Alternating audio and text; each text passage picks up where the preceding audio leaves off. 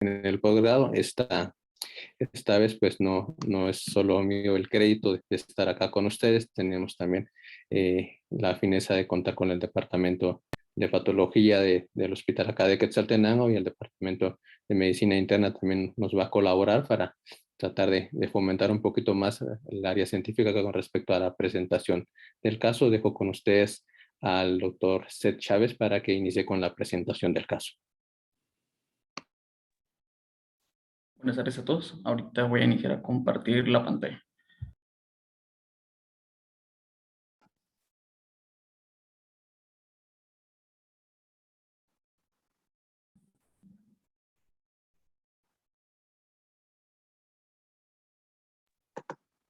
No sé si ahí se mira la pantalla, perdonen. Sí. La miramos y lo escuchamos bien. Ok, buenas tardes a todos. Hoy tenemos el caso clínico interesante. Está a cargo Seth Chávez, presidente de tercer año de medicina interna, el doctor Paul de oncología y la doctora Nilvia Walsh del departamento de patología. Vamos a presentar, empezando con los datos generales, nombre con las iniciales RTP, afiliación que 145 060 851, es un masculino de 76 años, agricultor, analfabeta, católico, él es originario de Chimaltenango, residente y procedente de Quetzaltenango. La fecha de ingreso pues, fue el 23 de julio del presente año. Antecedentes personales patológicos. El paciente pues trombocitosis JAK2 con la mutación CALR tipo 1, diagnosticada hace un año, tratamiento con Rivaroxaban 20 miligramos día. Tromboembolia pulmonar, diagnosticada hace 2 años, igualmente con un tratamiento con Rivaroxaban 20 miligramos al día. Hace 2 años también con diagnóstico de una infección por SARS-CoV-2. También con antecedentes de hipertensión arterial, diagnosticada hace 15 años, en tratamiento con felodipino 5 miligramos día. Hiperglicemia, diagnosticado hace 3 años, tratamiento con aripiprazol 300 miligramos día. Entre los quirúrgicos, pues interrogados y negados, traumáticos, pues solo una fractura del dedo pulgar hace 35 años, que tuvo consecuencias como una amputación, alérgicos interrogados y negados, y dentro de sus vicios y manías, pues el paciente refería que fumaba 4 cigarrillos al día, por 30 años, con índice de tabáquico en 6 y alcoholismo moderado, aproximadamente cada 15 días. El paciente pues consultó el día 23 de julio del 2022 a la emergencia por un cuadro de un dolor abdominal de 3 días de evolución. El paciente pues fue abordado por cirugía en la cual pues según las notas y lo que refería el familiar, que era la hija, que el paciente había tenido dicho dolor abdominal que lo había presentado desde hace un año, en el cual en los últimos 3 días se había aumentado de intensidad. Este dolor pues tenía un dolor característico tipo cólico, intensidad 7 de 10 en la escala del dolor. Al examen físico, pues presenta datos de hipertensión, taquicardia, el resto de los signos vitales pues estaba dentro de límites normales, el paciente estaba en ese momento con ECOG-2, lo único positivo al examen físico pues era el abdomen semigloboso, presencia de ruidos gastrointestinales normales, levemente dolor a la palpación en el cuadrante superior derecho y signo de Murphy positivo. En los laboratorios, pues a la hematología, pues sin mayor cambio, lo único y levemente elevado lo que era la velocidad de eritrosedimentación, tiempos dentro de límites normales. A la química, pues lo único que pueden observar es aumento de las bilirrubinas totales, las cuales estaban en 5, a expensas de la directa en 3 y de directa en 2, fosfatasa alcalina elevada y gamma glutamil transferasa en 600 de que estaba elevado para el cuadro del paciente. Debido a esto, pues en el área de emergencia de cirugía, pues deciden solicitar un ultrasonido abdominal para descartar algún proceso obstructivo, en lo cual pues obtienen una imagen en el hígado, en el lóbulo derecho, en el segmento 7, una presencia que describen como una masa aproximadamente de 4.8 por 4.6 por 5.2 centímetros. Aparte también describen dilatación de las vías intrahepáticas y como diagnósticos ultrasonográficos pues dan una colestitis crónica calculosa y que no pudieron ver el páncreas debido a la cantidad moderada de gas. Dentro de, aparte de eso, pues de parte solicitan marcadores tumorales debido a la masa, alfabeto proteína, antígeno carcinoma embrionario y la presencia del CA19-9, las cuales pues están dentro de valores normales. El paciente pues con los datos de esto deciden pedirle una tomografía torácica, abdominal completa y una de pelvis contrastada, entre los cuales pues lo que podemos ver en pantalla son los reportes. En la torácica pues es describe nada más arteriosclerosis del callado aórtico, engrosamiento pleural basal. En la tomografía abdominal contrastada pues el hígado con múltiples lesiones nodulares de diversos tamaños, con área central de necrosis. La lesión más grande se está citada en el segmento 7 con el tamaño de 4 por 4.1 por 4 en el lóbulo derecho y el segmento 2, 2 por 2 del lóbulo izquierdo, a nivel también del lado caudado, y dentro de las conclusiones reportan lesiones características de una metástasis de tipo hematógeno. Además, la tomografía pelvis contrastada, pues lo único que reporta es vejiga urinaria intapélvica con bordes bien definidos y mucosa normal, recto signo de CV normal y el resto del estudio es normal. Vamos a mostrarles las imágenes de las tomografías para ver si alguien desea opinar o desea que detengamos o desea ver algo, me avisa. Esta es la tomografía torácica y abdominal superior.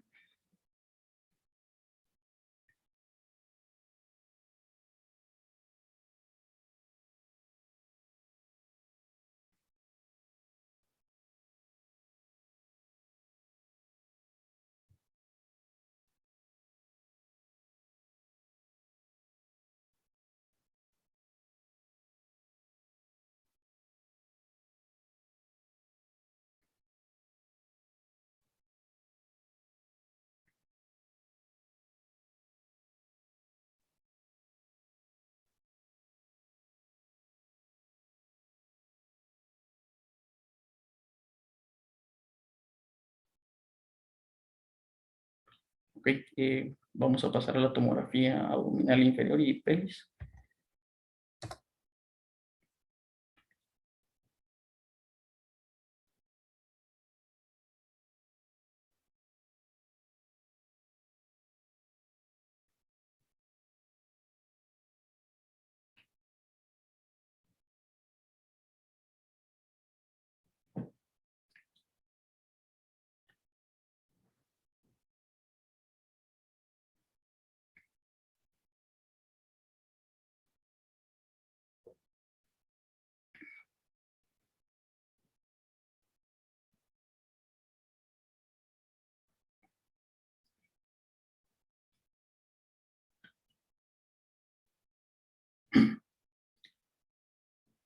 No sé si alguien tiene alguna opinión o desea ver algo para seguir pasando.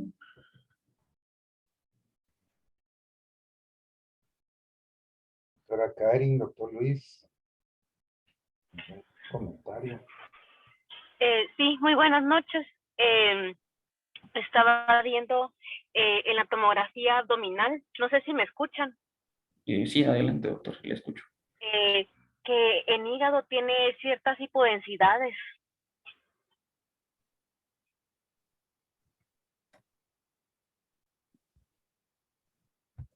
¿Cuál sería su impresión ahí? Solo quiero volverlas a ver. Ahorita se la estoy poniendo otra vez.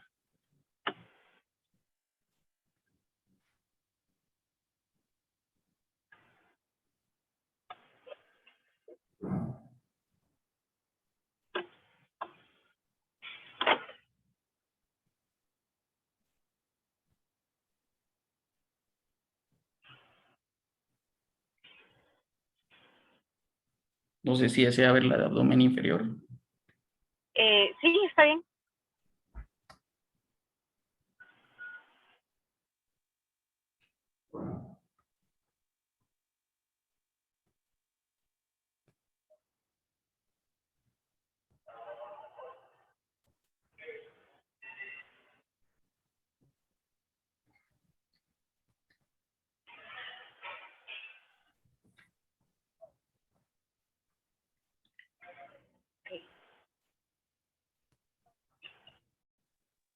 Bueno, entonces pienso que el paciente pues tiene una lesión, podría ser en recto tercio superior, y no descarto que tenga citis, pienso que tiene ascitis y que posiblemente tenga mets hepática. Ok. Gracias por su... ¿Alguien más? Bueno, no sé si es por lo rotado de la tomografía, Doc, pero en la de tórax, en la axila derecha,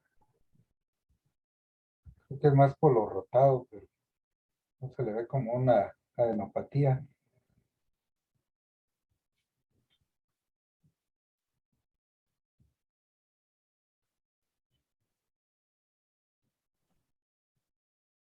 Ok.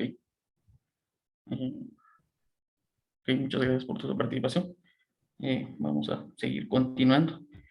Em, pues, posterior a esto, el departamento de cirugía pues le decide pedir por la masa que se mira, que bien describieron, una tomografía helicoidal funcional de 3 fases, va arterial, capilar y venosa, en la cual pues el reporte únicamente dice que se aparecen lesiones hipodensas en forma periférica a nivel del lóbulo derecho y que representa lesiones múltiples. Una lesión grande al nivel del segmento 7, el lóbulo derecho, descrita que mide aproximadamente 4 por 4.1 por 4.6, con imágenes en ojo de buey. Además, en el segmento 5 y 6 del lóbulo derecho, con medición de 2.5 de diámetro y característico de una lesión metastásica. Ahorita pues igual le traemos las tres tomografías para que puedan observarlas.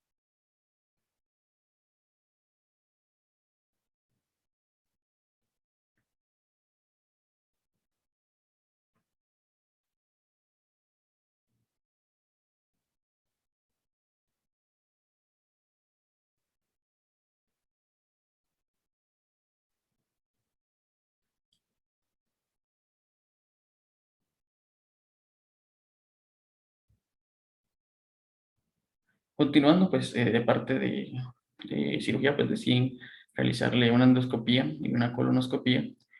Desgraciadamente, pues solo no se encontraba el coloproctólogo y en la unidad no tenemos gastroenterólogo, entonces un endoscopista realiza esta, la cual pues en su reporte nada más informa que tiene una esofagitis grado 3, una pangastritis eritematosa, un reflujo biliar grado 1 y la colonoscopia pues colitis eritematosa de leve intensidad y diverticulosis en sigmoides.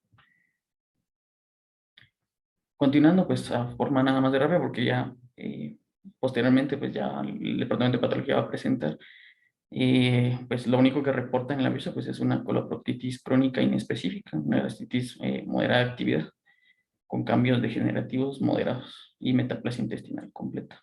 Por lo cual, pues, por el departamento de cirugía deciden realizar por servicios contratados una biopsia hepática.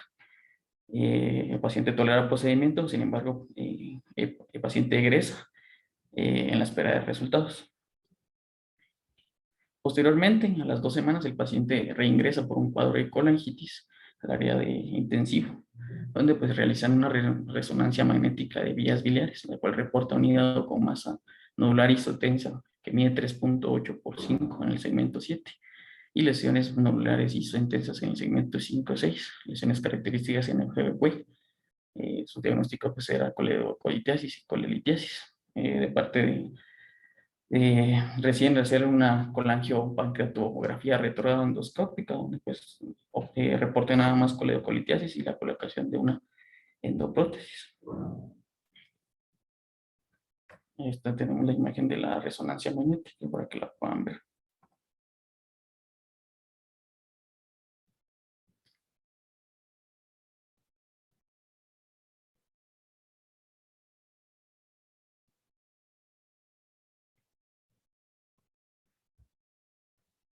El paciente mejora y pues reciben el resultado de la biopsia, la cual pues ya hacen consulta de oncología, en la cual pues nada más reportan tejido muscular sin anormalidades y tejido fibroconectivo con inflamación aguda. En este momento pues es en que lo conocen medicina interna y interconsultan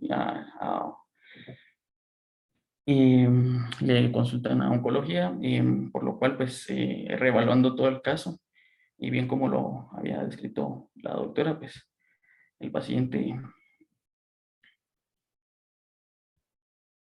tiene estas lesiones que ahorita les voy a señalar. Como dijo la doctora previamente, estas lesiones que infiltran lo que es el recto, que pues como habíamos visto previamente en el informe de radiología, pues no lo habían descrito, recordando que estos pues, son servicios contratados de aquí, de la unidad.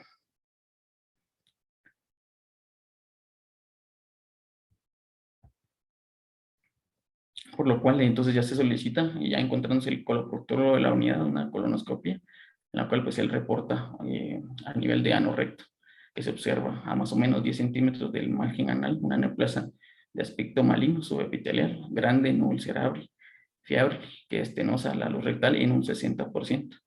La biopsia pues, refiere que tiene una neoplasia maligna invasiva a considerar tumor neuroendocrino o una carcinoma con diferenciación neuroendocrina. Entonces, pues, lo interesante de este caso fue de que pues no debemos confiarnos simplemente en los reportes de radiología, sino siempre debemos ver las imágenes de las tomografías. Entonces, yo no sé si ya se encuentra por ahí la doctora Nidia Walsh para que yo deje de compartir y ella pueda proceder a presentar las laminillas. Buenas Doctor, noches. buenas noches, perdón, doctora. Roilán Gómez les habla. Pues sí, interesante el caso y como usted decía, lamentablemente pues se depende de servicios contratados a través del ICS. Y yo creo que cuando uno pues adolece de estas situaciones, creo que la historia clínica es importantísimo para que pues los médicos consultantes se orienten ante la tal situación. Ahora, tengo la pregunta, ¿cómo estaba el tacto rectal de este paciente? ¿Le hicieron tacto rectal?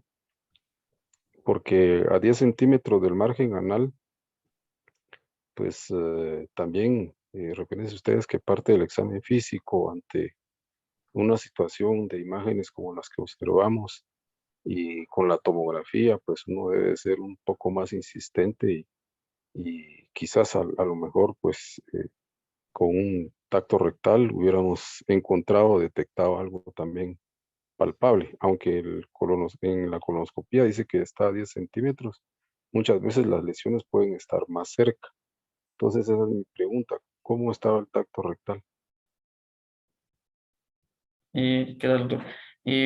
pues al ingreso, pues como puede ver, fue ingresado por cirugía, no describen ellos buscando en la historia clínica tacto rectal y la verdad es que, digamos, específicamente yo no le hice tacto rectal, sino solo documenté ya el caso cuando ya oncología ya lo tenía ya, el paciente ya Claro. había ingresado. Para construir un poquito en el caso, sí, realmente presentamos este caso porque pues a veces lo difícil del caso no es el caso en sí, sino el hecho de todos los que estamos involucrados y a veces no llevamos la sintonía o la concordancia como debe de ser y pues a veces uno encuentra como piedras en el camino de los mismos caminantes que van con uno y se va complicando bastante el caso.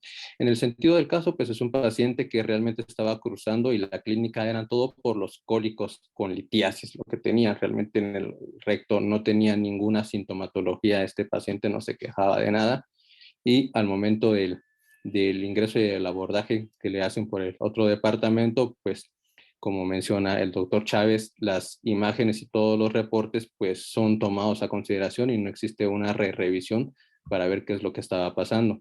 Es hasta el momento que nos interconsultan y decidimos revisar las imágenes en donde documentamos esta lesión que estaba desde el principio y también lo otro que mete ruido es que la colonoscopía, la primera, la reportan como normal.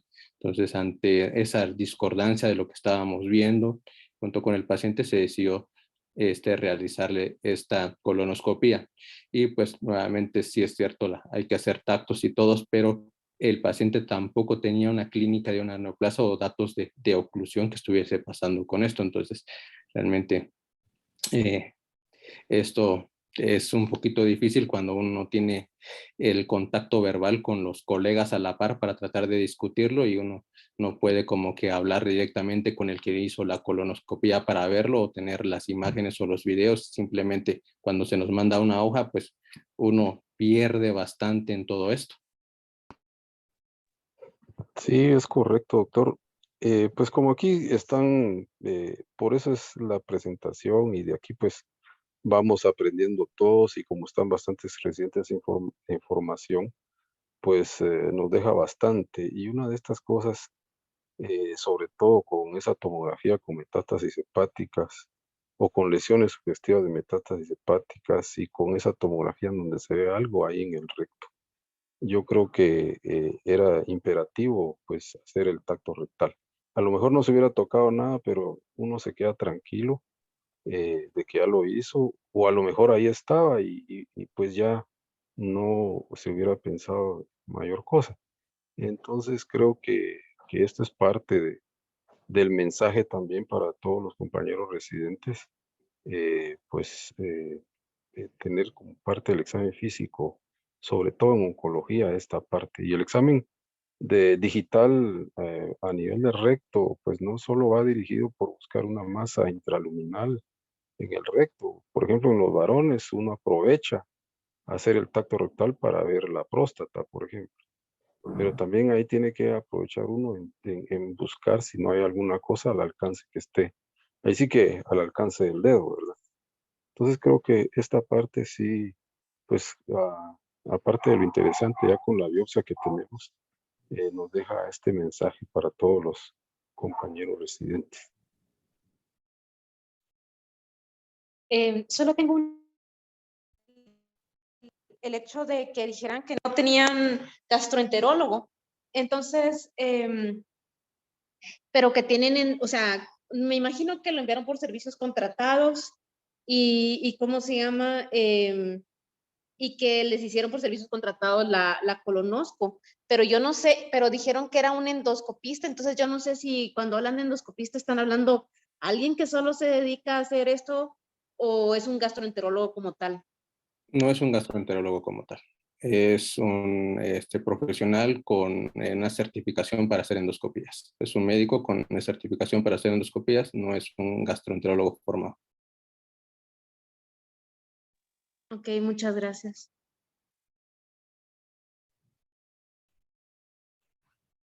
Pues iban a seguir presentando ustedes, ¿verdad, doctor? Creo que la parte de patología. Ya falta. Exacto. Adelante, por favor.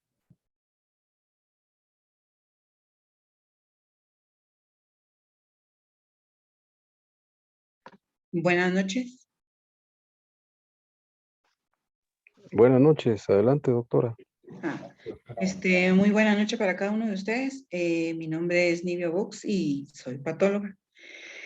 En esta oportunidad les agradecemos el espacio que se nos está brindando y vamos a darles a conocer nosotros lo que observamos en este paciente. No sé si ya pueden ver mi pantalla. Sí, doctora.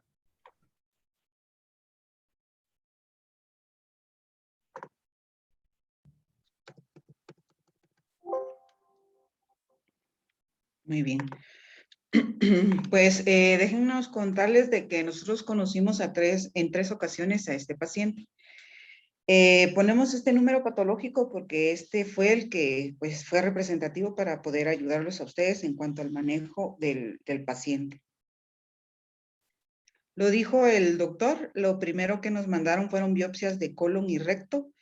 Los hallazgos endoscópicos, pues obviamente al ver un proceso únicamente inflamatorio, pues las tomas de biopsias fueron orientadas de esa manera.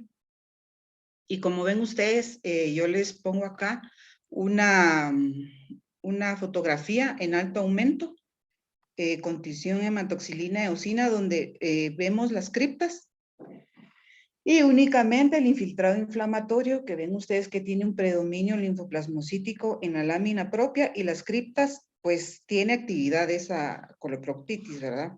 ¿Por qué? Porque estamos viendo esas células inflamatorias a través del epitelio, ¿ya? Inclusive están causando cambios celulares como reforzamiento de la membrana y actividad mitósica en algunas criptas, pero proceso neoplásico, pues, no es visto. En una segunda ocasión, se nos hace llegar la biopsia que viene referida como hígado, más sin embargo, vemos que pues la técnica no fue la adecuada, puesto que pues ni siquiera pudimos observar tejido hepático, ni sano y mucho menos patológico. Lo único que pudimos observar fue, como ven ustedes, estos fascículos de músculo y tejido fibroconectivo. Por lo tanto, pues esta biopsia se diagnosticó más que todo descriptivo, ¿verdad? Sugiriendo que si obviamente hay masas hepáticas, pues no le llegaron y que pues que había que mejorar la técnica y sacar una nueva biopsia.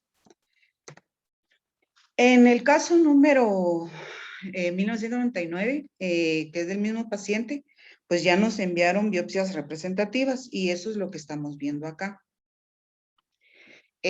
Todas las muestras tomadas del paciente nos muestran la pérdida arquitectónica histológica de la mucosa rectal.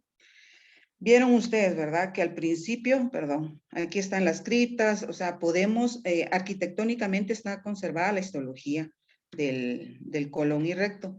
Sin embargo, acá, aunque esté a bajo aumento, nos da la panorámica que está alterada la anatomía histológica. Vemos por acá que sobreviven algunas criptas, ¿sí? Pero esta vista, esta panorámica que nos mostró este paciente, obviamente nos hace pensar que está sucediendo un proceso. En esta vista, pues podríamos decir inflamatorio, neoplásico. Eso nos hace bajar y ver las características propias de esas células. Vemos que tiene un patrón infiltrativo. ¿Por qué? Porque si ven ustedes aquí las fibras musculares lisas, este infiltrado o estas células están rompiendo la integridad de la muscular propia de la mucosa. Entonces nos hace pensar más en un proceso neoplásico. Ustedes saben que patología se guía o diagnostica a través de criterios morfológicos y entonces debemos de acercarnos más para ver qué patrones morfológicos se están formando. Si ven ustedes acá en el epitelio de superficie algunas criptas que están sobreviviendo, nos estamos fijando de la formación de nódulos o micronódulos o islas de células pequeñas. Aquí hay unas, aquí hay otras. Nos empezamos a dar cuenta de esta agrupación anómala porque histológicamente no es normal. Nos acercamos más y vean ustedes, respetan las criptas, respetan el epitelio, están situadas principalmente en la lámina propia, vean, un grupo de células insular, podríamos decir nosotros también, aquí hay otro, aquí hay otro. Esto se nos orienta más a un infiltrado linfoplasmocítico, pero si las comparamos con estas, tiene características distintas el citoplasma, al igual que las características nucleares. Aquí vemos de nuevo, esta biopsia, debo decirlo, fue buena biopsia porque nos dejó nosotros evaluar varios criterios que nos hacen pensar en diferentes neoplasias, ¿verdad? En este caso, esa disposición de las células, las características del citoplasma y esa característica nuclear que nos muestra una cromatina en sal y pimienta, nos hace pensar en neoplasias neuroendocrinas, tumor neuroendocrino. Obviamente sabemos que esta patología es poco frecuente, muy infrecuente y es muy aventurero querer poner de entrada que es un tumor neuroendocrino sin corroborarlo o sin confirmarlo con los estudios de inmunohistoquímica. Sabemos también que lo más frecuente a ese nivel son los adenocarcinomas y debo de recordarles de que los adenocarcinomas pueden tener una diferenciación, en este caso neuroendocrina. Por esa razón se tomó esa consideración para ponerles en el diagnóstico que era una neoplasia maligna invasiva con las dos consideraciones que describieron. Nosotros somos una unidad en patología que aún dependemos de zona 9 en cuanto al inmunomarcaje.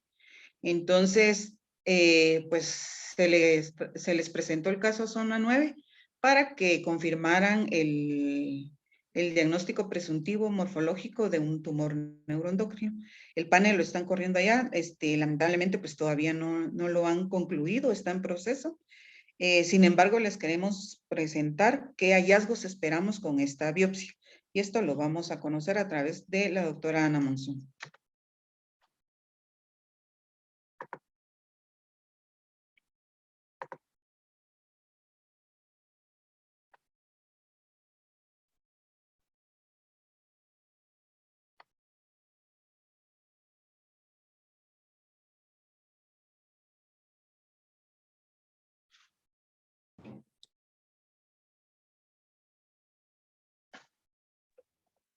Muy buenas noches, mi nombre es Ana Monzón, soy médico especialista del servicio de patología.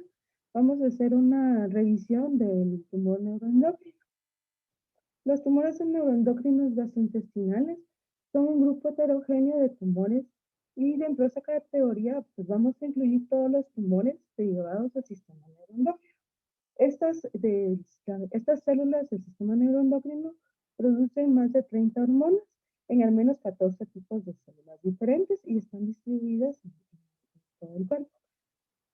A pesar de la gran variedad de tipos de células, no todas van a dar lugar a tumores. Se habla más que todo de las células productoras de gastrina y las células de tipo enterotomafines. En histología, en anatomía patológica, que es lo que vamos a encontrar. La apariencia microscópica de los tumores neuroendocrinos, pues son células tumorales neuroendocrinas que van a ser poligonales y muestran una cromatina gruesa. Una característica de estos tumores es que sus células son monomorfas, o sea, todas tienen generalmente la misma apariencia. Las mitosis y el pleomorfismo no son características inusuales, aunque un hallazgo que nos va a ser muy significativo es la angioinvasión.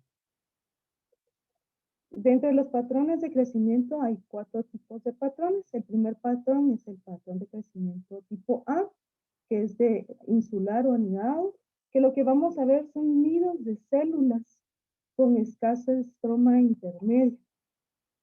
Y como vemos, pues todas las células son muy parecidas entre sí, son bastante uniformes. El segundo patrón que vamos a ver es el tipo B, que es el patrón de crecimiento trabecular. Aquí las células van a crecer en cordones, donde solo van a tener una célula de espesor, y estas se pueden ir a apilarse o ir formando una especie de bucle, que son los pestones. El siguiente patrón de crecimiento es el tipo C, que es el patrón de crecimiento acinar, que este revela pequeñas células poligonales que puede ir formando unas pseudoglándulas, unas luces glandulares, que incluso estas luces glandulares van a presentar secreción en algunas ocasiones y puede presentar calcificaciones amomatosas. Y el último patrón de crecimiento es el patrón D, que es el patrón de crecimiento poco diferenciado. Aquí las células, vamos a ver de que van a ya mostrar un pleomorfismo más marcado, o sea, una variación de células, y ya no se va a ver ese patrón uniforme que estábamos viendo anteriormente. Este patrón de crecimiento me va a indicar que es un crecimiento más agresivo y me va a correlacionar más con un tumor maligno. Las características de comportamiento, pues los tumores neuroendocrinos del tracto gastrointestinal dice que suelen ser pequeños, de entre 1 a 3 centímetros en promedio, aunque en el colon pueden llegar a ser tumores mucho más grandes y que pueden llegar hasta ulcerarse. Y en estos, pues generalmente son de alto grado. El sitio donde se encuentra la neoplasia, pues va a ser de riesgo de malignidad. Los tumores de peor pronóstico son los colónicos y los de mejor pronóstico van a ser los rectales y apendiculares. La profundidad de la invasión nos va a delimitar el grado de malignidad de tumores benignos. Cuando están limitados a la mucosa y submucosa, pues suelen ser tumores de bajo grado, y si llegan a infiltrar más allá de la submucosa, ya infiltrando la capa muscular y la serosa, pues su comportamiento va a ser mucho más maligno. Hay una variación que es más rara, pero se puede llegar a presentar, que son los tumores combinados, tanto neuroendocrinos como glandulares. En esta categoría se incluyen todos los tumores que van a mostrar tanto áreas de tumor neuroendocrino como de carcinoma. De estos vamos a encontrar tres tipos. El primero es el tumor compuesto. Estos se va a mezclar. Aquí vemos formaciones glandulares, y dentro de estas formaciones glandulares vamos a ver áreas de tumor neuroendocrino con estas células poligonales monomorfas. Y aquí pues, vemos todas las áreas glandulares que presentan una marcada atipia. Los tumores de colisión es cuando dentro de una misma lesión vamos a encontrar los dos tumores, pero muy cerca de uno del otro, pero sin mezclarse, a diferencia del tumor anterior, que si se mezcla, no se mezcla, solo están juntos. Y los tumores anficrinos, que se caracterizan por diferenciación dual dentro de las células neoplásicas, así como es este caso, que vemos hasta una formación de células en anillo de sello, pero este tumor, al realizarle la inmunohistoquímica, fue positivo tanto a la muscarmina como a la cromogranina A. O sea, tiene la mezcla de ambos tumores. La gratificación histológica, según la OMS del 2017, dice que para poderlo gratificar vamos a necesitar el conteo de mitosis y el índice de Ki-67. Dependiendo de la presencia de cuántas mitosis se puedan contar en 50 campos de alto poder, y el índice de mitosis lo vamos a gratificar en 4 grados. Y que todos los tumores que son tumores mixtos se van a clasificar desde entrada como mínimo un grado 3, no importando las características que presenten tanto la actividad mitótica como el Ki-67. Ahora ya enfocándonos en los tumores neuroendocrinos rectales, Las características macroscópicas dice que estos tumores son pequeños, típicamente menos de 1 centímetro en la porción media del recto, entre 4 a 8 centímetros desde el borde anal. Van a ser pequeños pólipos amarillos de base sesi con la mucosa intacta suprayacente, aunque pueden llegar a ser de mayor tamaño y dice que algunas veces puede ulcerarse. Las características microscópicas, pues vamos a ver que debajo de la mucosa, en la submucosa, vamos a encontrar los nidos o cordones de las células con marcada atrofia, perdón, de las células neoplásicas, son células epiteliales neoplásicas. A gran aumento se va a presentar en los tumores rectales el tipo de patrón de crecimiento tipo B, que es en cordones. Como vemos aquí, se forman cordones de grosor de una célula, donde vamos a ver que son células poligonales a mayor aumento, que van a estar en la submucosa y pueden llegar a infiltrar la lámina propia. La inmunohistoquímica nos va a servir para tipificar estos tumores. Dice que los anticuerpos que podemos utilizar es el AE2, AE3, que va a ser una positividad citoplasmática, aunque esta no es específico para tumor neuroendocrino. Las dos tinciones que nos van a servir es la sinaptofusina, que tiene un patrón tintorial citoplasmático, como vemos en esta imagen, que este va a ser positivo para la mayoría de tumores, y la cromogranina A, que también tiene un patrón citoplasmático. Aquí vemos una cromogranina A positiva focalmente, con su patrón citoplasmático, o sea, es el citoplasma de la célula que se va a teñir. Y el CD56 nos va a ayudar cuando las dos funciones anteriores no sean muy débiles. Y pues para la clasificación del tumor necesitamos el Ki-67, que es el que vemos aquí, que este ya tiene un patrón tintorial nuclear, que es el núcleo el que se nos va a teñir. Y esta es la bibliografía a consultar. Muchas gracias por su atención.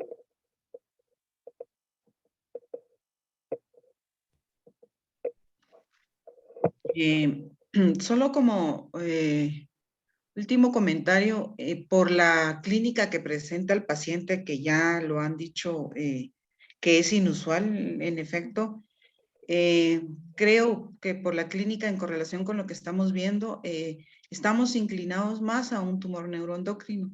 Recordemos de que los neuroendocrinos generalmente se diagnostican cuando ya están avanzados, y el hígado que hemos estado viendo, pues es una evidencia de lo que dice la literatura, ¿verdad? Pero como les dije anteriormente, la inmunohistoquímica es clave para diagnosticar esta patología, y pues nos pueden dar sorpresas, ¿verdad? Entonces vamos a estar pendientes de cómo sale el inmunomarcaje. Muchas gracias.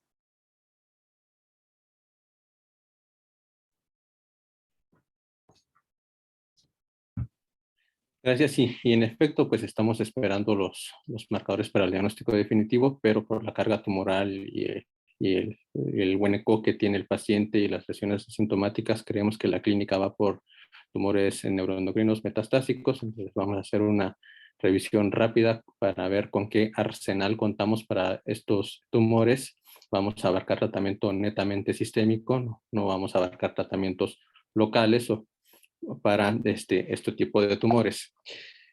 ¿Qué sabemos con respecto a estos tumores? Pues ya lo hemos visto en algunas otras presentaciones. En otros casos, pues van a ser neoplasias epiteliales con diferenciación predominantemente neuroendocrina. Pueden encontrarse en cualquier parte del cuerpo, predominantemente pulmón y gastrointestinal. Algunas van a tener un cuadro indolente, una proporción significativa va a desarrollar metástasis. Tenemos la clasificación de los 3 que nos van a guiar con respecto a las opciones terapéuticas que vamos a tener en base a la clasificación de la OMS. Este estudio del SER nos muestra realmente cómo ha estado la incidencia en los últimos años. Este estudio pues es muy bonito, es un estudio de seguimiento desde el 73 al 2012, en donde se tomaron una población y estuvieron haciendo análisis epidemiológicos, y podemos documentar acá cómo todas las neoplasias malignas tienen una tendencia hacia el aumento en las últimas décadas, pero si nos enfocamos solo en los tumores neuroendocrinos, vemos como desde el 73 hasta el 2012, que se tiene el reporte del seguimiento, existe una incidencia aumentada, y generalmente esto se trata por las lesiones localizadas que se han documentado con más frecuencia por el uso de endoscopía. La incidencia por edad, pues encontramos que más frecuente arriba de los 65 años, con 25 casos por cada 100.000 habitantes, una leve tendencia a ser más frecuente en mujeres. La tendencia, dependiendo del sitio, pues vamos a ver que acá se comportó la mayor tendencia a nivel pulmonar, donde nos atañe los que son de origen rectal. Estamos ubicados en aproximadamente 1 a 1.2% por cada 100.000 habitantes, con una tendencia hacia el aumento de estas lesiones. Algo que nos suelen preguntar los pacientes, y pregunta obligada, es la supervivencia. En general, cuando tenemos a 30 años, cuando tenemos invasión a ganglios, estamos hablando de supervivencias aproximadamente 10 años, y cuando tenemos enfermedad con metástasis a distancia, aproximadamente 12 meses, y nos encontramos acá la supervivencia del recto, y vemos que los datos de metástasis pues son poco alentadores en estos pacientes. ¿Qué medicamentos tenemos aprobados? Pues tenemos dos puntos de ver esto: para el control sintomático de los síndromes carcinoides y para el control del crecimiento local. Para los sintomáticos tenemos desde los 80, ocreótido, 90, lantriótido de los de acción prolongada, y el último para el síndrome carcinoide, telotistat, aprobado en el 2017. Para el crecimiento del control tumoral tenemos ocreótido de acción prolongada, sunitinib, everolimus, lantriotide, everolimus y los radiofármacos. Todos estos son medicamentos no aprobados que, si bien están en las guías con evidencia baja, no tenemos evidencia sólida de utilizarlos. ¿Cómo nos enfrentamos al control de los síntomas? Uno de los problemas con la mayoría de los pacientes cuando estamos hablando de tumores secretores son la diarrea y el flushing que van a tener los pacientes. Recordemos que en los tumores neuroendocrinos nos van a presentar, en aquellos que expresan estos receptores, hasta 5 receptores. Los más frecuentes son los receptores tipo 2. Vemos el porcentaje en el cual está expresado en cada uno de estos tumores, y vemos qué es lo que pasa si los bloqueamos. Disminuimos secreción hormonal, disminuimos la proliferación e inducimos la apoptosis. Entonces, por eso tratamos de buscar el bloqueo siempre del receptor tipo 2.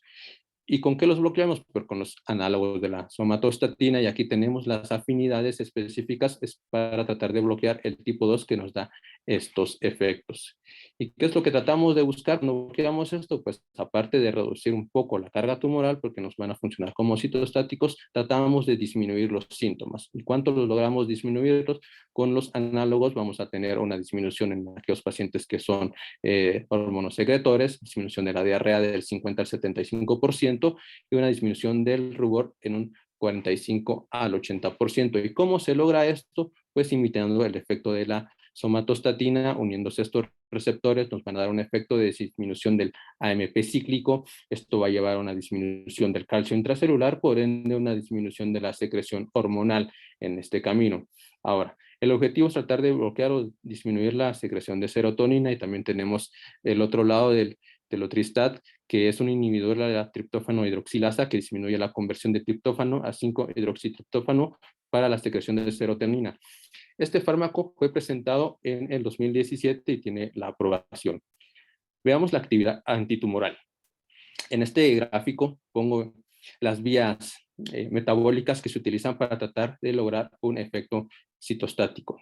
Tenemos acá los análogos de la somatostatina, y al unirse a los bloqueadores, ¿qué es lo que encontramos? Un aumento de la proteína tirosina SP1, lo cual me va a llevar a apoptosis. Disminuye la actividad de MAP quinasa, disminuye la proliferación y supervivencia. Disminuye AMP cíclico, señalización.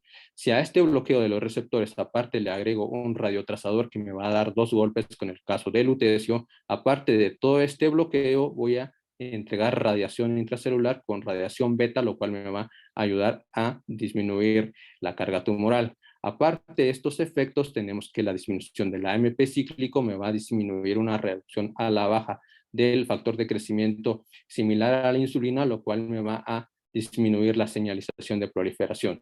Por otro lado, tenemos al sunitinib como un inhibidor multicinasa que nuevamente me va a interferir en las vías de PI3K-AKT.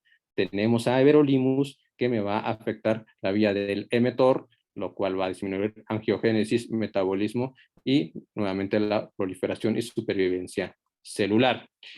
Y si nos vamos a lo que estamos estudiando, lo que se está tratando de probar, pues también vamos a ver la inmunoterapia con los bloqueadores PDL1, anti-CTL4 y anti-PDL1.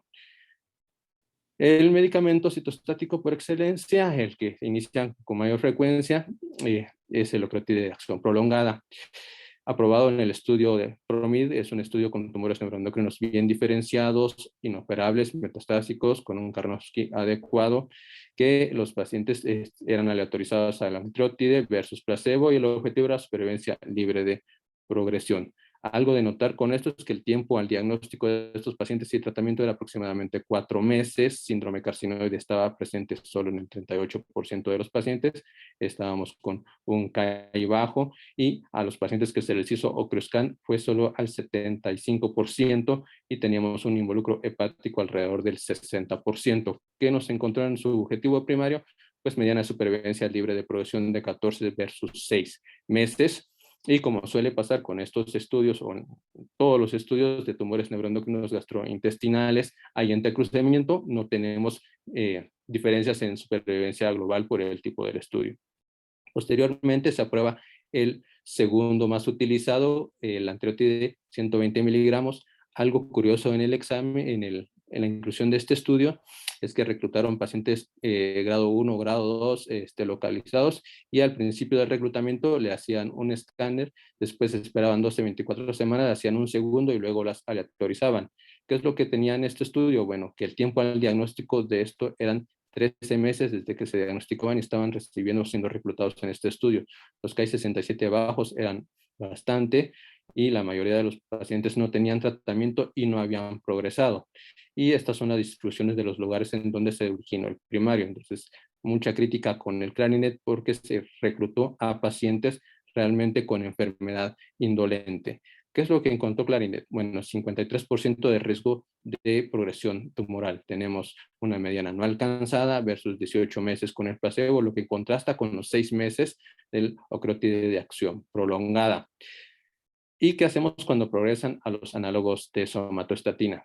El Clarinet Forte, publicado en un abstract en el 2021, reunió a los pacientes que habían progresado en el estudio Clarinet y hicieron un recorte de la dosis, hicieron unas dosis más seguidas, en vez de 120 cada mes, los estaban dando cada 14 meses y en este estudio encontraron todavía una supervivencia libre de progresión de 8.3 meses. Pasamos a hablar a los radiofármacos terapéuticos. ¿Qué es lo que hacemos con un radionúclido?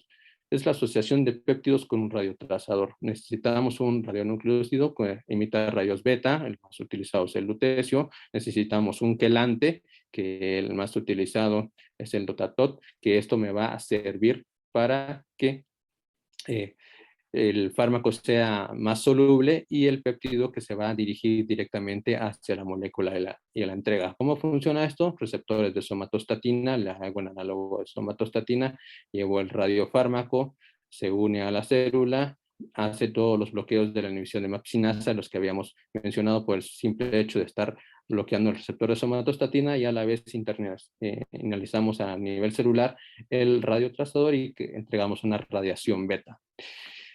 Y en base a eso se creó el estudio NITER, que utilizó lutecio totatate en los pacientes con tumor neuroendocrino de intestino medio muy importantes, pacientes que habían progresado a ocrotida, 20 a 30 miligramos, a todos se les hizo un ocroscan y Ki-67 del 20%, se les aleatorizó a 7.4 gigabecquerelios de lutatate más el uso de ocrotide y ocrotide. Y las lesiones y los lugares en donde estaban anililion y las metástasis hepáticas estaban presentes en el 83%. Algo muy importante del NITER es que la administración del lutecio era muy controlada para no tener competitividad con el ocreótido al momento de estar reutilizando este radiofármaco. Entonces la administración era 24 horas después de haber administrado el ocreótido oral, o al menos 6 semanas de la siguiente dosis. ¿Qué es lo que encontró? 79% de riesgo de progresión de la enfermedad. Mediana de supervivencia libre de progresión no alcanzada versus 8 meses. A los 20 meses teníamos pacientes que no habían progresado, el 65% de estos pacientes. Y pues, ¿qué es lo que se buscaba con estos radiofármacos? Ver qué tanta tasa de respuesta, porque con los otros medicamentos no se tenían unas tasas de respuesta, simplemente eran citostáticos, y tenemos una tasa de respuesta objetiva del 18% con este radiofármaco. Los efectos tóxicos que tenemos con este medicamento, y realmente lo que se trata de buscar también es la mejoría de los síntomas. Mejoramos diarrea en un 48%, con aquellos secretores, fatiga y dolor en 79%, y también tenemos datos reportados de calidad de vida. Salud global se deterioró a los 28 meses versus a los 6 meses de los pacientes que estaban utilizando solo análogos de acción prolongada, y el estado funcional 25 meses se mantuvo versus 11.5 meses, por eso fue aprobado por la FDA. Recientemente tenemos una actualización en la cual tenemos mediana supervivencia global de 48 meses. Nuevamente vemos que no es estadísticamente significativo, y como la mayoría de estos estudios se debe a que el 36% de los pacientes fue entrecruzado. En tener en cuenta cuando utilizamos esto, pues realmente la aprobación fue para tumores con intestino medio. También pacientes con tumores pancreáticos se ha utilizado, pero eso en base a estudios fase 2 y revisiones retrospectivas. Vamos al everolimus con los famosos estudios Radiant, los cuales tratamos de interferir en la vía PI3K-AKT-mTOR. En el Radiant 1, estudio fase 2, que nos arrojó tasas de respuesta del 22 versus el 3%, y supervivencias de 60 versus 70 semanas. Cuando lo probaron en el estudio fase 3, Radiant 2, que fue el estudio pues, que fracasó, de resaltar que son tumores secretores con tratamientos previos, vamos, everolimus más el análogo de acción prolongada, se permitió el entrecruzamiento a la progresión. ¿Qué es lo que encontraron? Pues el objetivo del estudio, el análisis estadístico, era llegar a un P de 0.024, 0.026, tocamos la unidad y no se alcanzó el objetivo primario de supervivencia libre de progresión con tumores secretores. Estamos hablando de síndrome carcinoide, y también no encontramos efectos en supervivencia global. Se desarrolló el Radiant 3, que es específicamente para tumores pancreáticos. Acá la diferencia del otro estudio, acá quitaron el análogo de la somatostatina y solo entregaron placebo. Nuevamente se permite el entrecruzamiento. ¿Y qué es lo que encontramos en este específicamente para páncreas? Tenemos un hazard radio de 0.35, 11 versus 4.8 meses, 65% de riesgo de progresión o muerte, y los datos más recientes nos dan supervivencias globales de 44 versus 33, hazard radio nuevamente no estadísticamente significativo por el entrecruzamiento que se tiene con estos estudios. Radiant 4 trató de corregir los errores del Radiant 2, se hizo un análisis un poquito estadístico más hábil, y aquí quitamos a los pacientes con tumores secretores, quitamos el análogo de somatostatina y solo estamos dando everolimus versus placebo. ¿Qué es lo que encontró? 11 versus 3 meses, similar al Radiant 3 en los efectos en el páncreas, 52% de riesgo de progresión o muerte, y tasas de supervivencia global similares, y no tenemos datos de supervivencia global estadísticamente significativos por el entrecruzamiento nuevamente que se encuentra en este tipo de estudios. Tasas de respuesta que logramos. Realmente tenemos tasas de respuesta bajas con estos medicamentos. Realmente cuando el problema es la enfermedad voluminosa, uno busca otras estrategias, porque con esto siempre va a tener tasas de respuesta bajos. Tenemos acá los efectos adversos grado 3 o grado 4 de estos medicamentos, y algo muy importante, el 60% de los pacientes va a requerir disminución de la dosis por el grado de toxicidad. Tenemos el papel del inhibidor de multicinasa sunitinib, específicamente diseñado el estudio para tumores de origen pancreático. Sunitinib 37.5 versus placebo, nuevamente se permitió el entrecruzamiento, y en este estudio sí había indicación de utilizar análogos de somatostatina a discreción del investigador.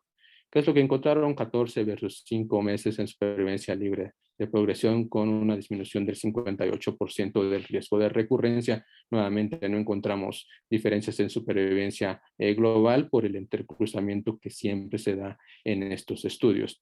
Algunos otros TKIs que se han estudiado, la combinación de sorafenib, bevacizumab, los análogos versus bevacizumab, pazopanib, cabozantinib y lenvatinib, pues hemos tenido estudios diferentes, todos los estudios, la gran mayoría fase 2, y la supervivencia libre de progresión nos va aproximadamente desde 8 hasta donde nos va bien 21 meses, pero con evidencia corta. ¿Qué papel juega la quimioterapia? Bueno, las guías la recomiendan en toda progresión, grado 3 progresión de cualquier sitio y pancreáticos con enfermedad voluminosa. No se recomienda con crecimiento lento. Las excepciones es que luego se vuelvan rápidamente progresivos con grado 3 o grado 4. ¿Qué es lo que se utiliza más en la práctica común? Capecitabina, temozolomida, también tenemos doxorubicina, temozolomida y combinaciones con 5-FU. Lo más utilizado, lo que dan las guías, son la combinación de capecitabina, temozolomida. Todos estos estudios son estudios o revisiones retrospectivas en las cuales tenemos tasas de supervivencia globales muy buenas de 38 meses y algunas de 22 meses, supervivencias libres de progresión que van desde 9 meses hasta 16 meses. Tenemos los datos del único estudio prospectivo de un abstract en donde tenemos temozolomida y la comparación de temozolomida con capecitabina. Tenemos supervivencias libres de progresión de 22.7 meses, supervivencias globales no reportadas, y en base a esto NCCN da la recomendación de que podría ser una opción. Y cuando no tenemos, pues siempre está la curiosidad de podemos dar o no podemos dar FOLFOX, CAPOX o dar algo más con estos tumores. Hay estudios fase 2 que reportan solo tasas de respuesta. En carcinomas bien diferenciados tenemos tasas de respuestas del 30%, enfermedades estables 48%, progresión de la enfermedad 22%, y aquellos que son pobremente diferenciados, tasas de respuesta realmente bajas y progresiones altas, y cuando combinamos con un antiangiogénico podemos tener tasas de respuesta de 18% con supervivencias libres de progresión de 16 meses alrededor, pero todos estos son estudios retrospectivos. Estamos hablando de un tumor complejo en el cual no tenemos una secuencialidad. ¿Y cómo deberíamos tratar? Pues algunas de las guías nos indican que si tenemos a tumores neuroendocrinos gastrointestinales con bajo Ki-67 y crecimiento lento, podemos dar análogos de somatostatina o simplemente tener al paciente en observación y no causarle toxicidad. Podemos entrarle de primeras al uso de radiofármacos como el lutecio, o podemos utilizar a estos pacientes con everolimus. Cuando estamos hablando de grado 2 con un Ki entre 10 a 15% o crecimiento rápido, de entrada everolimus, si no utilizamos los radiofármacos, o Captem sería una buena opción. Si tenemos receptores de somatostatina negativos, podríamos utilizar everolimus.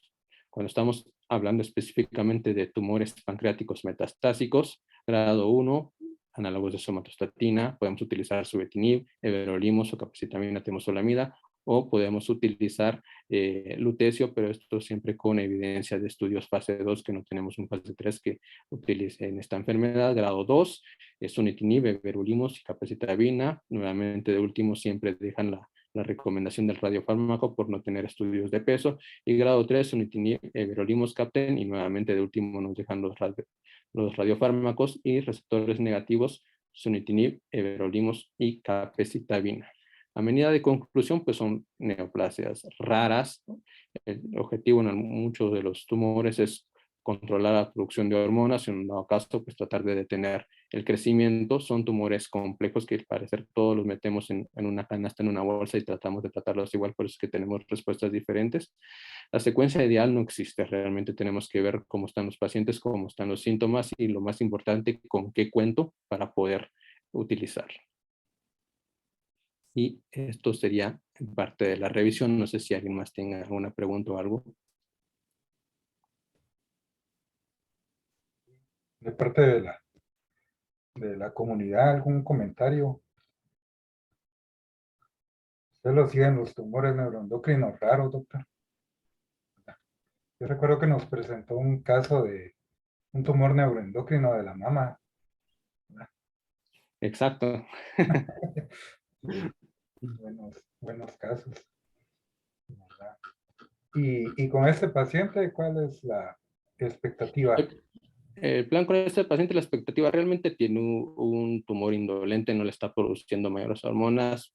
Con este paciente, a espera de que se haga el OCRO-scan para ver si tiene o no tiene receptores y tengamos la inmunohistoquímica. Yo considero que con uso de análogos análogos de uso prolongado, pues vamos a tener una buena calidad de vida con este paciente. Realmente tiene un ECOG muy bueno, 74 años, su estado funcional está bastante bien y a pesar de que tiene una carga tumoral, se ve bien el pronóstico con él. Gracias. No sé si hay algún comentario más.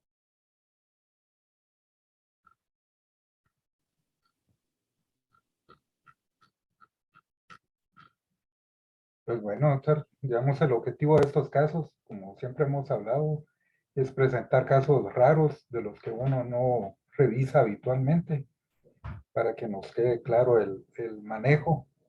Y creo que en este caso, pues ese objetivo se logró de sobra. Felicidades para el equipo. Se ve que aunque han tenido poco tiempo para conocerse y trabajar en conjunto, pues ahí se van amoldando muy bien. Yo siempre he hablado con los doctores que aquí en Guatemala nos toca hacer de todo, ¿verdad? Y a veces nos toca hacer de radiólogos y a veces de gastroenterólogos, porque las necesidades nuestras son muchas, ¿verdad? Y entonces hay constantemente que estar viendo tomografías, viendo exámenes y con este tipo de actividades pues se logra obtener esta experiencia. Así que se lo agradecemos mucho, doctor Edwin, y gracias y esperamos contar con usted en la próxima. Muchas gracias por la invitación y nuevamente agradeciéndole al Departamento de Patología, al Departamento de Medicina Interna esta colaboración y ya sabe, doctor, que siempre es un gusto poder acompañarlos y compartir con ustedes. Bueno, pues gracias y nos vemos el próximo jueves. Buenas noches a todos y nos vemos pronto. Gracias. Perfecto, muchas gracias, doctor Paul, por compartir y al área de patología estuvo muy bien presentada y como caso clínico también al compañero de medicina interna. Muchas gracias por compartir ese caso, como pues ya lo expusieron, rarísimo, ¿verdad? A ver qué sale en la inmunohistoquímica y a ver qué decide de tratamiento. Gracias. Entonces, Hugo Castro, feliz Sí, noche. buenas Despedir noches la a todos. sesión. Sí, excelente. Buenas noches a todos y nos vemos el próximo jueves. Adiós. Feliz noche. Buenas noches. Buenas noches.